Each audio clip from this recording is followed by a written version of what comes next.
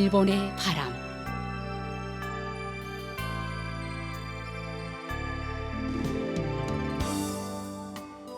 청취자 여러분 안녕하십니까? 일본 정부가 전해드리고 있는 방송 일본의 바람입니다. 저희 방송은 납치 문제를 중심으로 일본과 북조선 관련 뉴스 그리고 일본의 현재 모습과 일본 음악을 보내드리고 있습니다. 아시다시피 일본과 북조선 사이에는 일본인 납치 문제가 여전히 해결되지 않은 현안으로 남아 있습니다.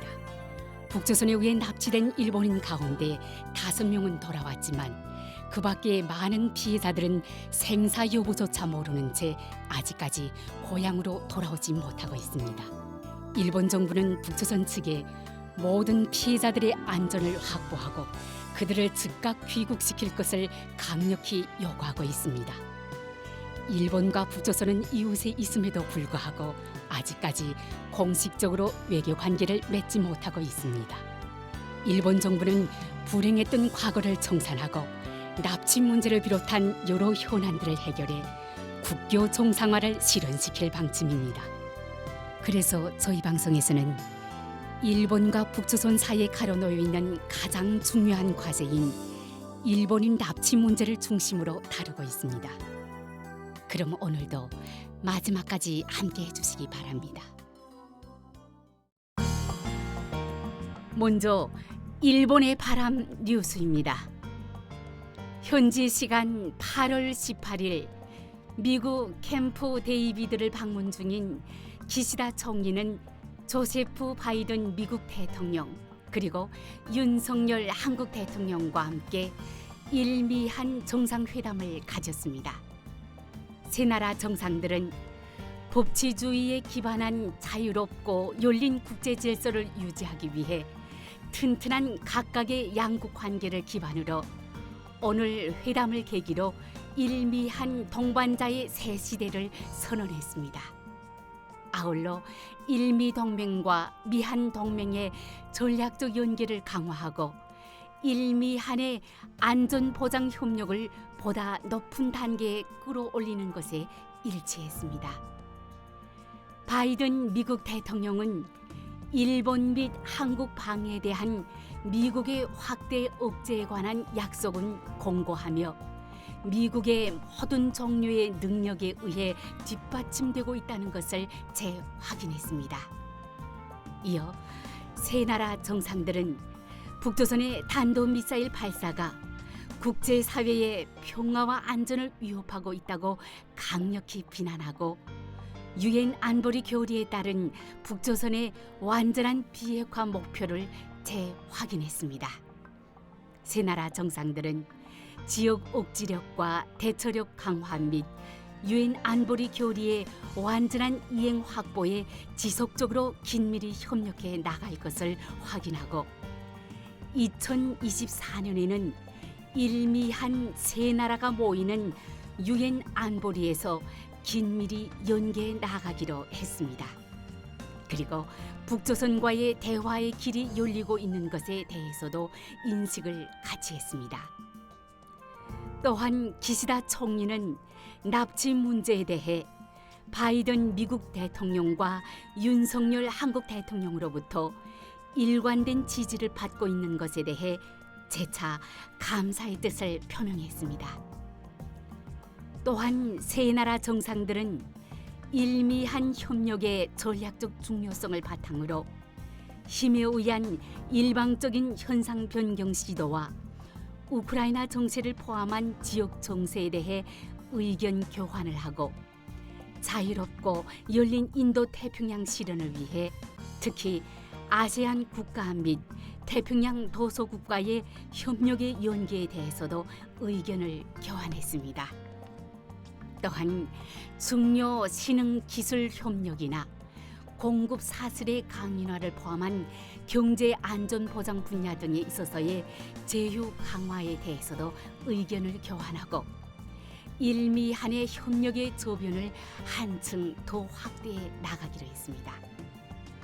세 나라 정상들은 이번에 일치한 정상급을 비롯한 적어도 1년에 한 번의 일미한의 폭넓은 수준의 회의 정기화와 새롭게 구성된 세 나라 간의 협력과 틀을 통한 것을 포함해 앞으로도 일미한의 연계를 복합적 그리고 안정적으로 추진해 나가기로 했습니다.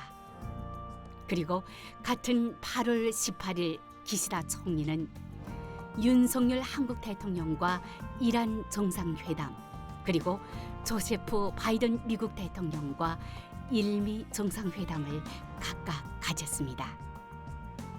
먼저 이란 정상회담에서 기시다 총리와 윤석열 대통령은 경제 비즈니스 교류의 활성화와 항공 편수 회복, 금융, 에너지 분야에서의 협력 확대 등 이란 간의 폭넓은 대화와 협력이 지속적으로 활발해지고 있는 것을 환영했습니다. 그리고 3월에 조기 재개로 일치했던 이란 차관 전략 대화를 금년 가을에 실현할 수 있도록 조정하는 것과 7월에 금년 중에 개최하기로 했던 이란 고위급 경제 협의에서 유익한 논의가 이루어질 수 있도록 준비를 진행하는 것을 확인했습니다.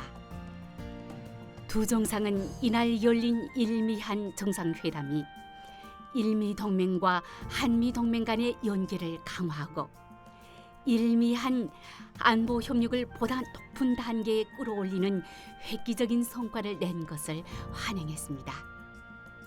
그리고 내년 일본과 한국 두 나라가 함께 유엔 안전보장이사회 비상임 이사국이 되는 것도 염두에 두고 유엔 등 국제적인 장소에서의 연계의 중요성에도 의견을 같이 했습니다.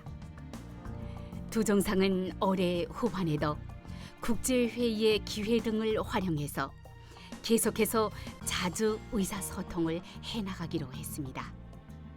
이어서 일미 정상회담에서 기시다 총리와 바이든 대통령은 지역 정세에 대해 의견을 교환했습니다. 두 정상은 러시아의 우크라이나 침략에 대해 계속해서 G7을 비롯한 동지국들과 긴밀히 연계하면서 강도 높은 대러시아 제재와 강력한 우크라이나 지원을 지속해 나가기로 했습니다. 두 정상은 중국을 둘러싼 여러 과제에 대한 대응에 있어 계속해서 일미 두 나라가 긴밀히 연계해 나가기로 했습니다. 그리고 두 정상은 중국과 공통 과제에 대해서는 협력해 나가는 중요성을 확인했습니다. 두 정상은 이어 대만 해협의 평화와 안정의 중요성을 강조하고 양안 문제의 평화적 해결을 촉구했습니다. 두 정상은 모든 종류의 미국의 능력으로 뒷받침되고 있는 일본 방위에 대한 미국의 약속을 인식하고 일미 동맹의 억지력과 대처력을 한층 더 강화하기 위해 활공 단계 요격용 유도탄 공동 개발을 시작할 수 있는 것을 환영했습니다. 이상 일본의 바람 뉴스였습니다.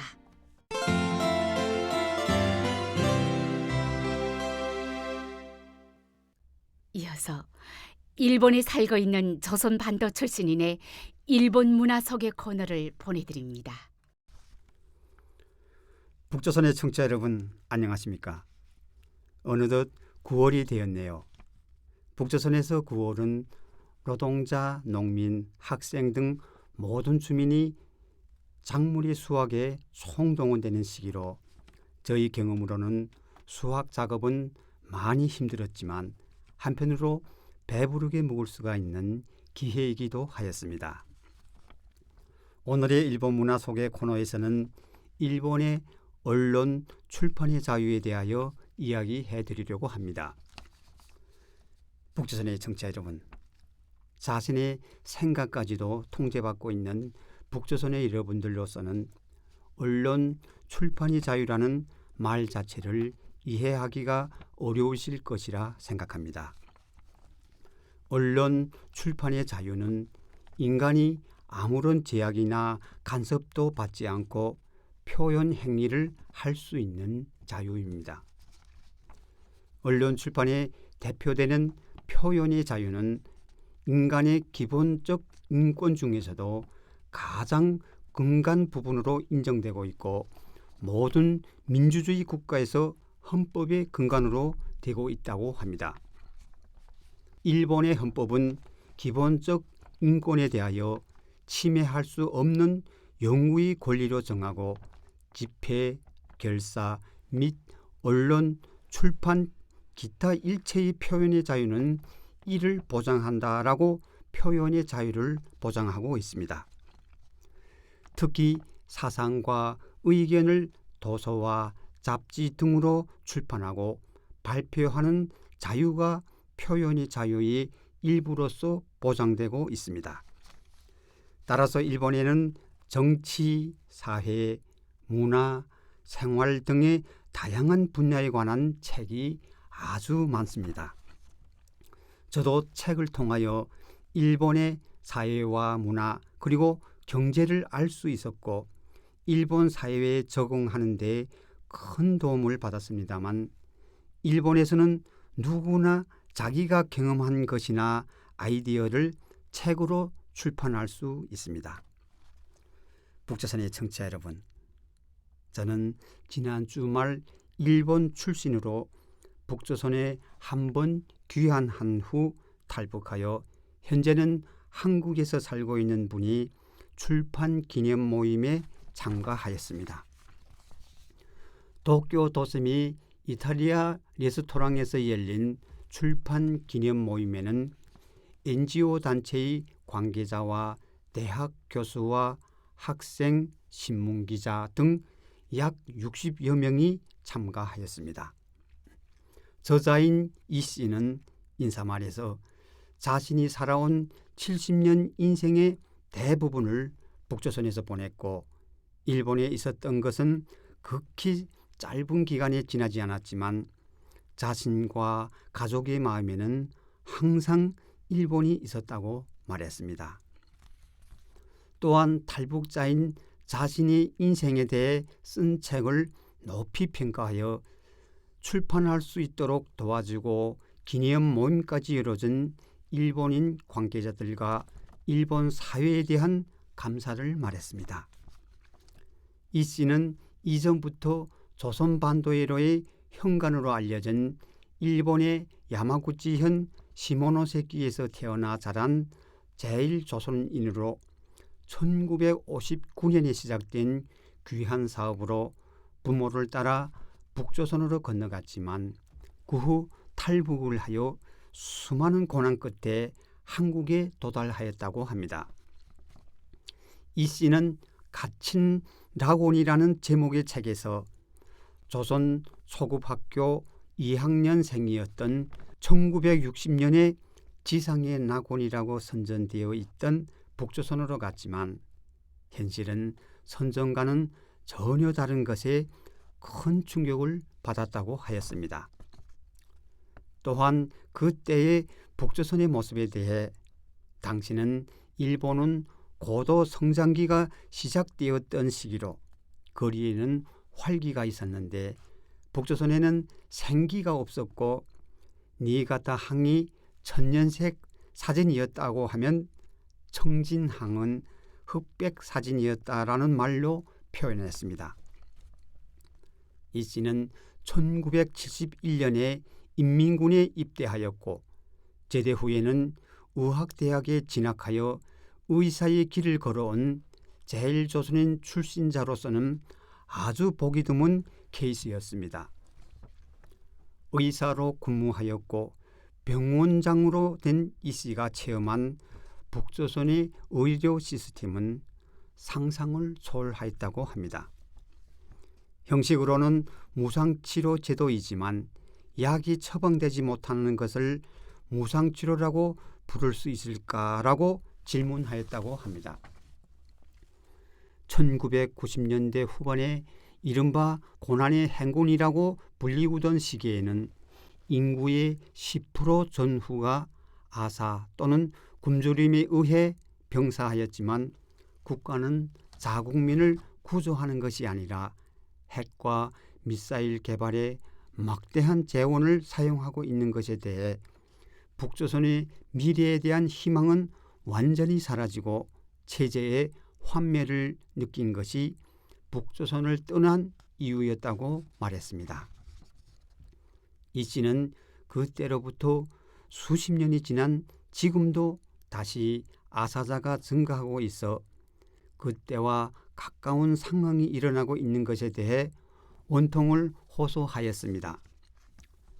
북조선의 청취자 여러분, 북조선을 탈출한 사람들이 자신의 인생에 대해 쓴 책을 출판한 케이스는 적지 않습니다.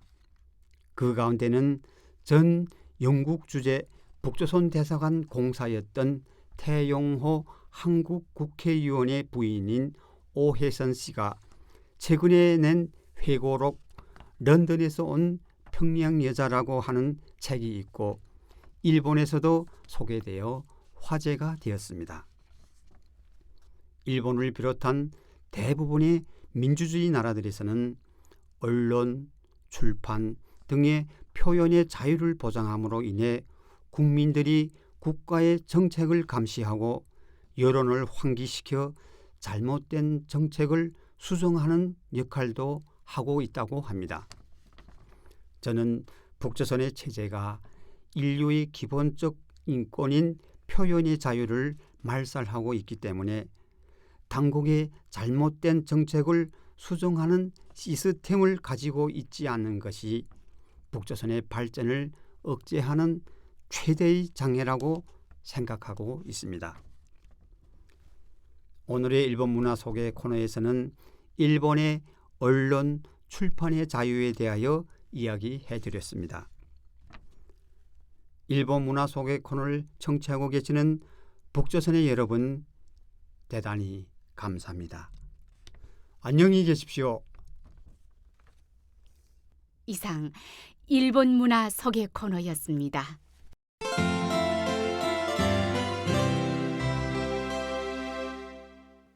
다음은 이본주의 한 곡입니다.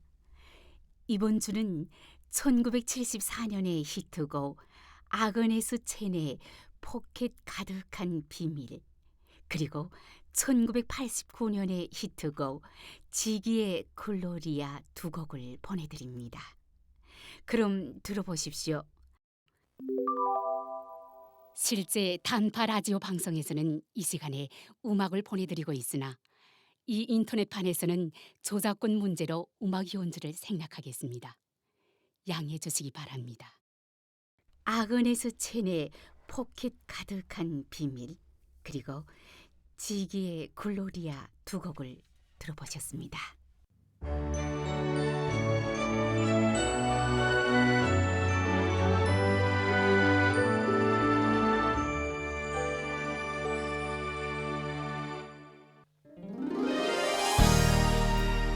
북조선에 계신 납치 피해자 여러분, 이번 주 일본의 바람 어떠셨습니까? 이제 헤어질 시간이네요. 그럼 다음 시간에 뵙겠습니다. 안녕히 계십시오.